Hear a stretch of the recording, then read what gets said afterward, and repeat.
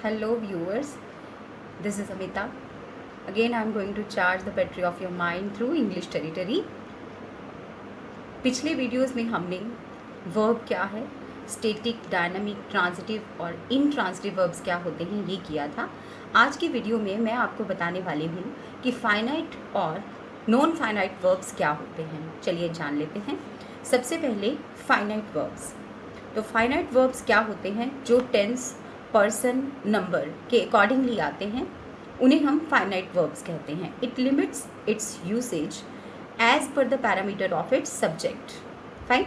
सो ऐसे वर्ब्स को हम क्या कहते हैं? फाइनाइट वर्ब्स कहते हैं। They show action, they are the main verbs in the sentence. They are finite means limited. They change according to the tense, they change according to the persons, they change according to the numbers. Fine, according to singular and plural numbers. So ऐसे verbs जो होते हैं उनको हम finite, limited, fine, finite verb कहते हैं। अब बात करते हैं non finite की। तो जो verbs unlimited तरीके से यूज़ किए जाते हैं उनको हम नॉन फाइनाइट वर्ब्स कहते हैं। या यूँ कहिए कि जो वर्ब्स अनलिमिटेड फॉर्म में होते हैं और वो कोई एक्शन शो नहीं करते, don't change according to the tense, don't change according to the number of the person और सब्जेक्ट्स और plural form of the nouns, तो ऐसे वर्ब्स को नॉन फाइनाइट वर्ब्स कहते हैं। अब नॉन फाइनाइट वर्ब्स के अंदर बहुत सारे और भी आ जाते हैं, जैसे जेरेंट्स, इन्फिनिटिव, पार्टिसिपल्स। और जो नॉन फाइनाइट वर्ब्स हैं ये एक सेंटेंस में एडजेक्टिव का रोल प्ले करते हैं, एडवर्ब का या फिर नाउन का रोल प्ले करते हैं। चलिए एग्जाम्पल्स के थ्रू समझ लेते हैं कि फाइनाइट वर्ब्स क्या होते हैं और नॉन फाइनाइट वर्ब्स क्या होते हैं। जतिन प्लेज फुटबॉल, एक ही सेंटेंस लूँगी, उसी को चेंज करके आपको बताऊँगी। जतिन प्लेज फुटबॉल, तो यहाँ पे प्लेज प्रेजेंट टेंस आ गया। ये प्लेज जो है यहाँ पे फाइनाइट वर्ब है। जतिन प्लेड फुटबॉल, यहाँ प्लेड आ गया, तो प्लेड क्या है? यहाँ पे पास्ट टेंस को शो कर रहा है, तो ये क्या है? फाइनाइट वर्ब है, क्योंकि ये टेंस के अकॉर्डिंग चेंज हो गया है। Jatin has been playing football, fine, has been playing football. Now boys play football.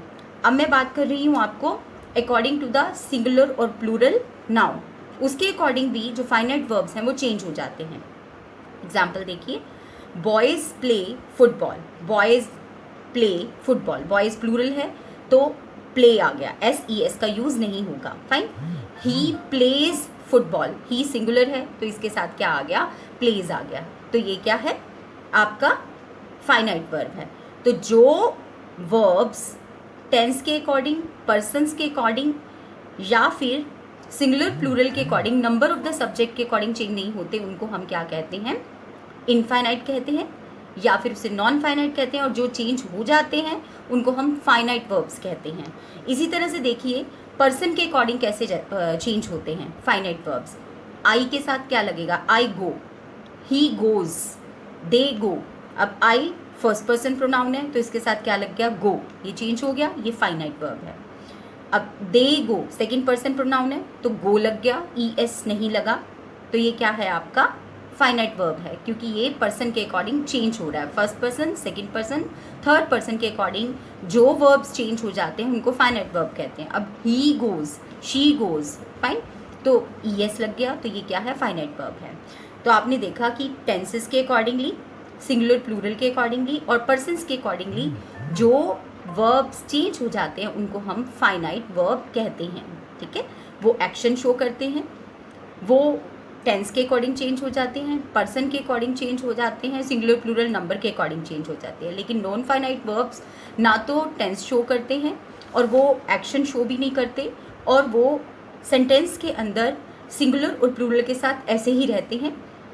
आइए एग्जाम्पल्स देखते हैं नॉन फाइनाइट की।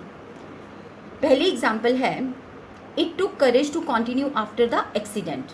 It took courage to continue, to continue यहाँ पे क्या है? टू इन्फिनिटिव है, तो टू कॉन्टिन्यू चाहे कोई भी टेंस होगा, कोई भी नंबर ऑफ पर्सन्स होगा, कोई भी पर्सन होगा, first person, second person, third person pronoun होगा, तो उसके साथ टू कॉन्टिन्यू ही रहेगा, इसलिए ये क्या है?